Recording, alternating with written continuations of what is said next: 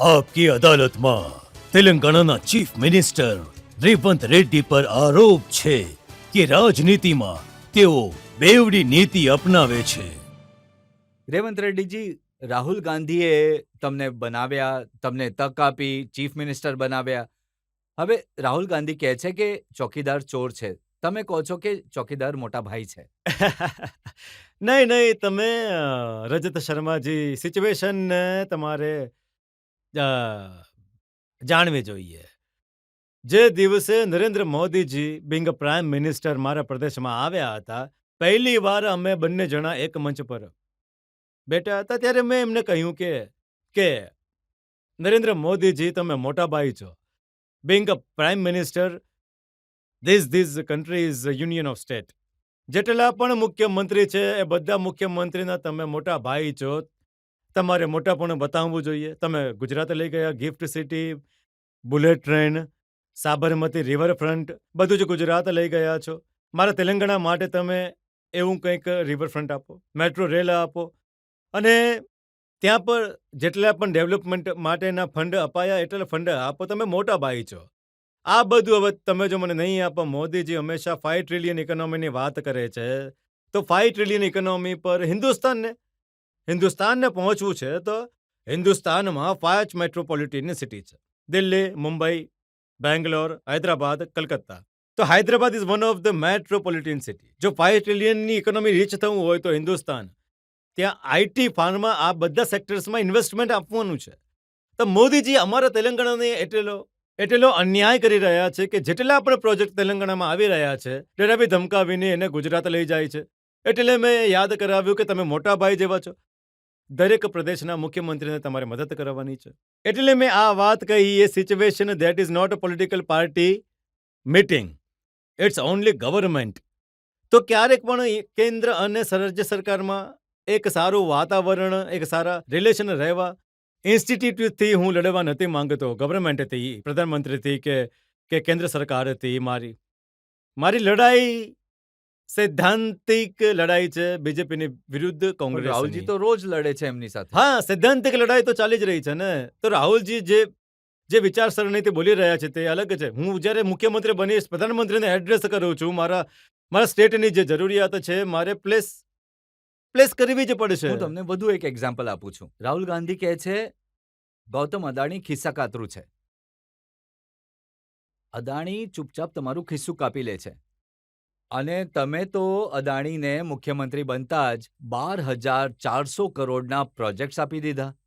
મેં મારા પ્રોજેક્ટ નથી આપ્યા. Modiji ports, airports, national highways અને નવરત્ન જેટલા પણ પ્રોજેક્ટ્સ છે, સસ્તામાં જે સરકાર બન્યા બાદ સસ્તામાં અદાણીજીને આપ્યા.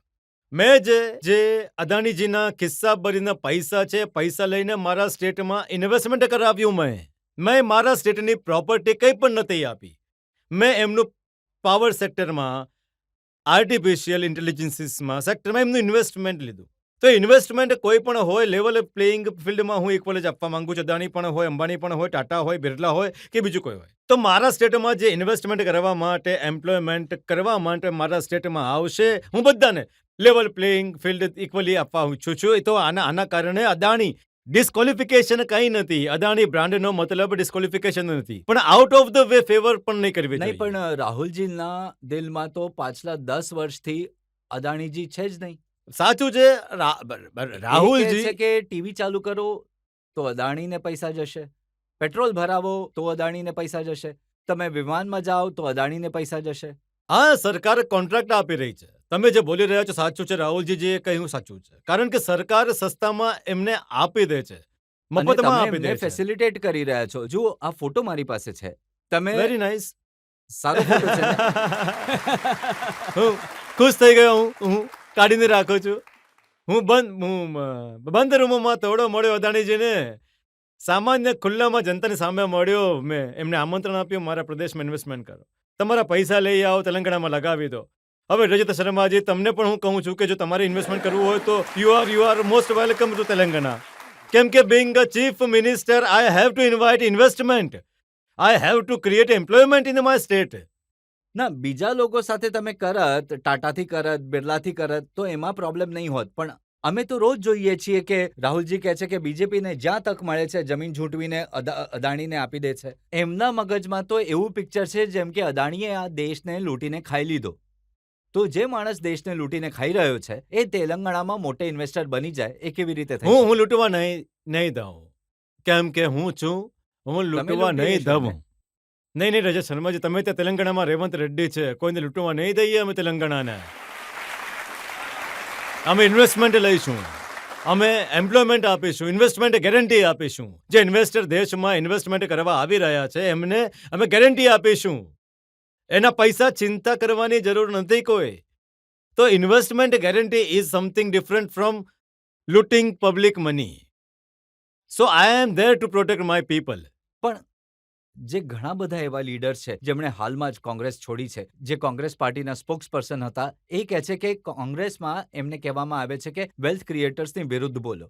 વેલ્થ ક્રિએટર્સને, અદાણીને, અંબાણીને ઊભા નહીં રહેવા દો. હવે છોડવા વાળાને ચિંતા છે નહીં કોની પાસે જઈ રહ્યા છે, કઈ પાર્ટીમાં જઈ રહ્યા છે. એ ભાષા આ લોકો બોલશે, કેમ કે એ જો ઇન્ફોસિસ છોડીને વિપ્રોમાં ગયા તો વિપ્રોની ભાષા બોલવી જ પડશે એમને.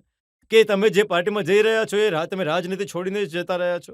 એલિવેશન માટે, પ્રમોશન માટે, કેસોથી બચવા માટે લોકો જ્યારે પાર્ટી છોડીને જાય છે, પાર્ટી બે ચાર વાતો જે છોડીને ગયા છે તેના વિરુદ્ધ બોલવાનું કહી શકે છે. તે પણ માય બાપ છે એવું કહી દે છે કે ભાઈ તમારી પાર્ટીને ગાળો આપવાની આવી છે તો જ તમને મોટી ખુરશી આપીશું.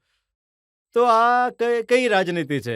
હવે કેટીઆરે તો આજે જ સ્ટેટમેન્ટ આપ્યું છે કે લોકસભા ચૂંટણી પછી રેવંત રેડ્ડી પણ બીજેપીમાં સામેલ થઈ જશે. હવે હું એ જ કહી રહ્યો છું, હમણાં જે અન્ડરસ્ટેન્ડિંગ છે લોકસભામાં 5 સીટ અમે જીતવાની લોકસભા સીટથી હું તમને કહીને જઈ રહ્યો છું. મહેબૂબનગર, ચેવલ્લા, ભુવનગિરી, જહીરાબાદ, મલ્કાજગીરી, આ 5 સીટોમાં બીઆરએસ વાળા સીધા બીજેપીને જીતાડવા માટે સોપારી ઉઠાવી છે. સોપારી ઉઠાવેલા માણસો મારી વિરુદ્ધ શું બોલશે? મારે બીજેપીમાં જવું હોત તો 2017માં હું પોતે બીજેપીમાં ગયો હોત તો ત્યારે બીજેપીની સરકારમાં હતી. આજ હું મુખ્યમંત્રી બન્યો છું કોંગ્રેસ પાર્ટી, તે મને શું જરૂર છે? જો મારે પાવર જોઈતો હોત તો હું ત્યારે જ એમની જ પાર્ટીમાં 2014માં ગયો હોત ને મંત્રી બન્યો હોત ને 2017માં બીજેપીમાં ગયો હોત ને કોઈ મંત્રી બન્યો હોત. હું આટલા all these days are 17 years I have been in opposition. મારા નામ પર, મારી મહેનતથી હું ચૂંટણી લડીને હું ચૂંટણી જીત્યો અને હું મુખ્યમંત્રી બન્યો. હું કોઈના મરસી પર નથી બન્યો, બાપના નામ પર, બાપ દાદાના નામ પર હું મુખ્યમંત્રી નથી બન્યો. હું મહેનત કરીને મુખ્યમંત્રી બન્યો છું.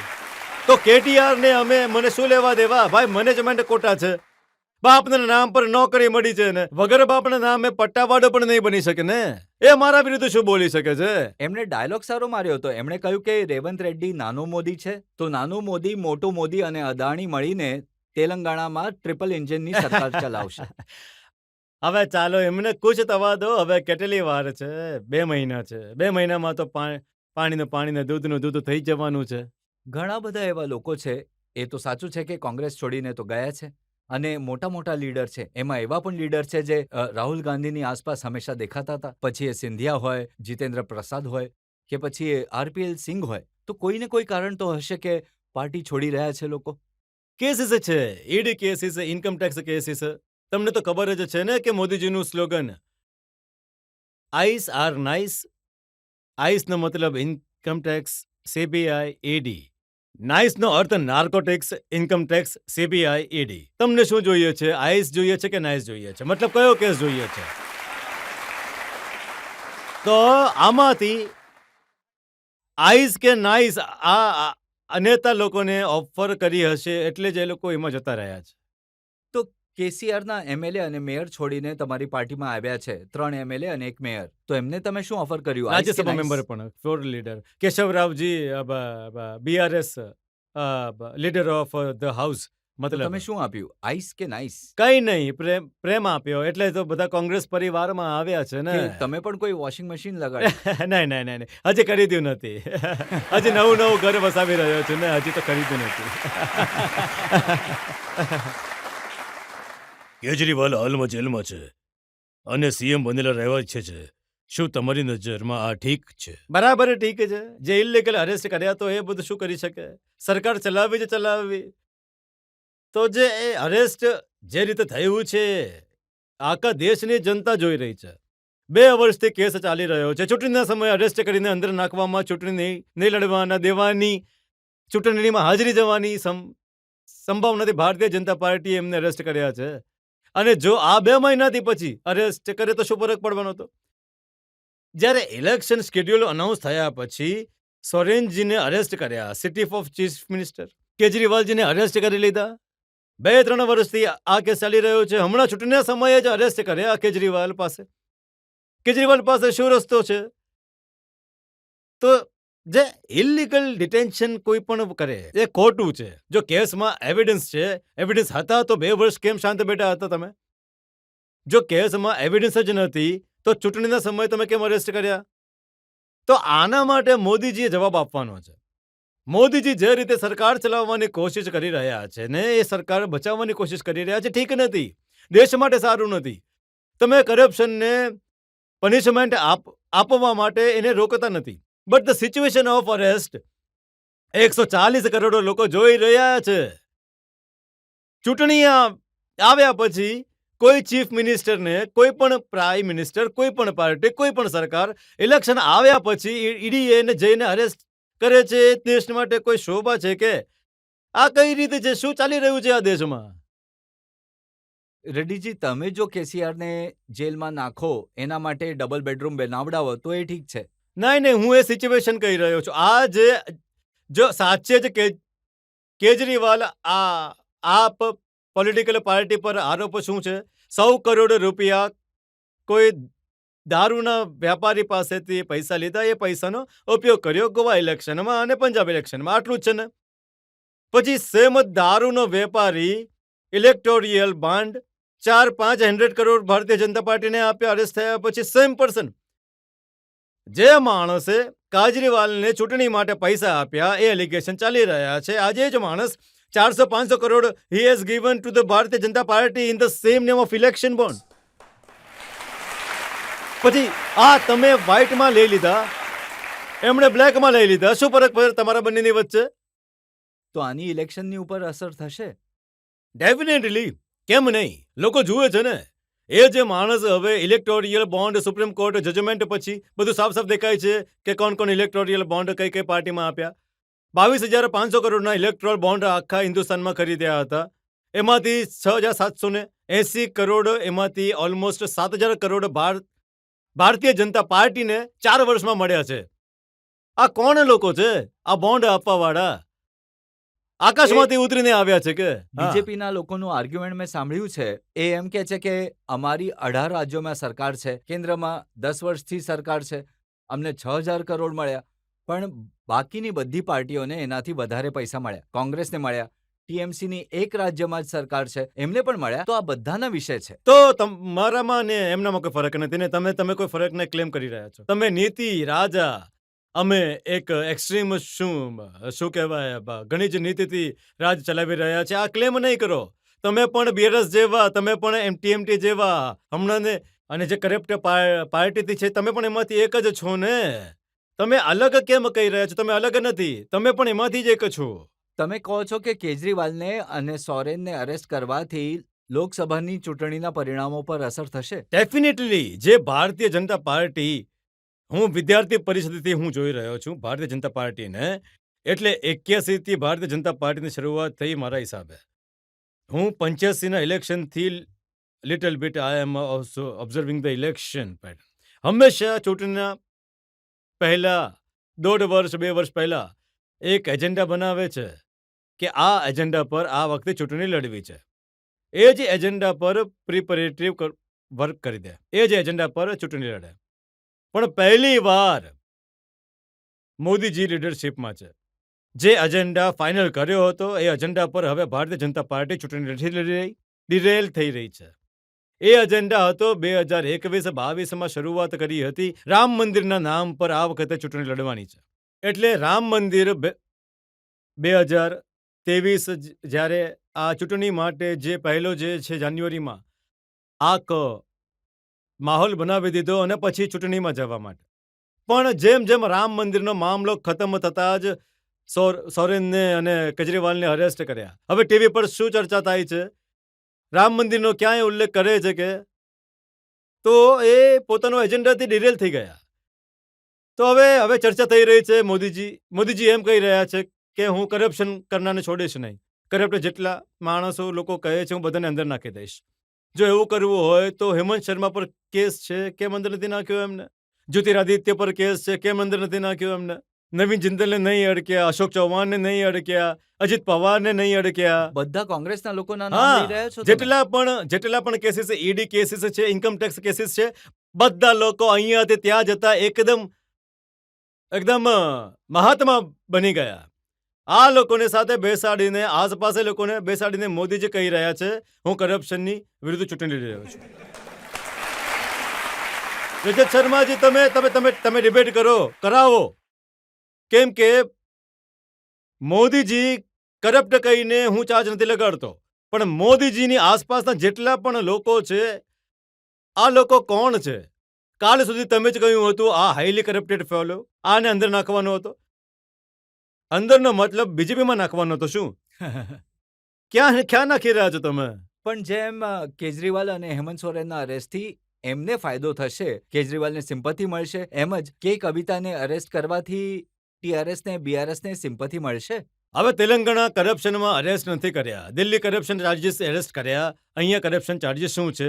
સિમ્પલથી શું મળશે, શું નહીં મળે? ના, કંઈ એમને નહીં મળે. 16 વર્ષનો દીકરો છે, એનું ભણવાનું ડિસ્ટર્બ થઈ રહ્યું છે, આ બધી વાતો તેઓ કહી રહ્યા છે. હવે એ લોકો કહી રહ્યા છે બેલ માટે. એ નથી કહી રહ્યા, એમ નથી કહી રહ્યો હું. પણ સિચ્યુએશન ઓફ ધી અરેસ્ટ, જો કેસીઆરને અરેસ્ટ કરે તો ઇલેક્શનમાં કઈ અસર પડી શકતી હતી. Kavithaji is relevant for Telangana election. કોઈ અસર નહીં પડે. હવે વધારે ચર્ચા પણ નથી. કેસીઆરને અરેસ્ટ તમે કરે થવા તો જ નથી દેતા ચર્ચા બીજા કોઈની. એવી કોઈ વાત નથી. કેસીઆર તો છે. જ્યારે રાવણ હોય તો રામ હોય, રાવણ નહીં હોય તો રામને કોઈ વેલ્યુ નથી. કેસીઆર હોય તો રેવંતની ચર્ચા થશે.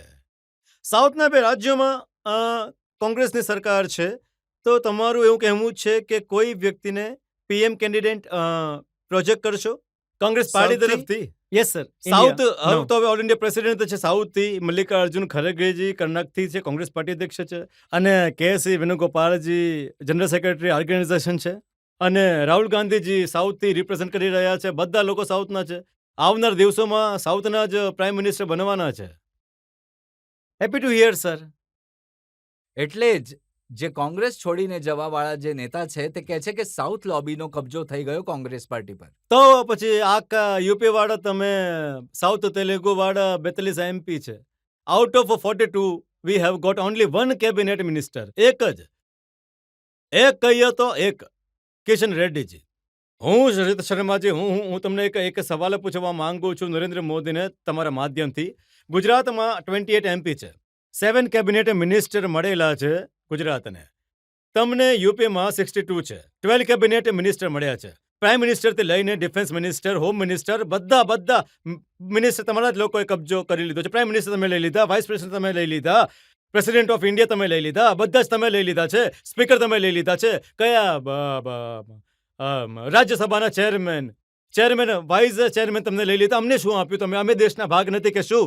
સાઉથ હિન્દુસ્તાનમાં નથી, સાઉથ માટે પ્રાઇમ મિનિસ્ટર નથી નરેન્દ્ર મોદીજી. કેમ આપણા હિન્દુસ્તાનમાં હિન્દી પછી second largest speaking language is Telugu. Venkaiah નાયડુને અહીંયાથી બગાડી દીધા. પણ આજકાલ જ્યારે મોદીજી જાય છે તમિલનાડુમાં, તેલંગાણામાં, તો ઘણી ભીડ આવે છે. ઘણા લોકો મોદી કરતા સંભળાય છે. એ ક્યારેક પિક્ચરમાં હસી મજાક હોય તો પણ અમે જઈને વારંવાર જોઈએ છે. એ પણ સક્સેસ થઈ જાય છે.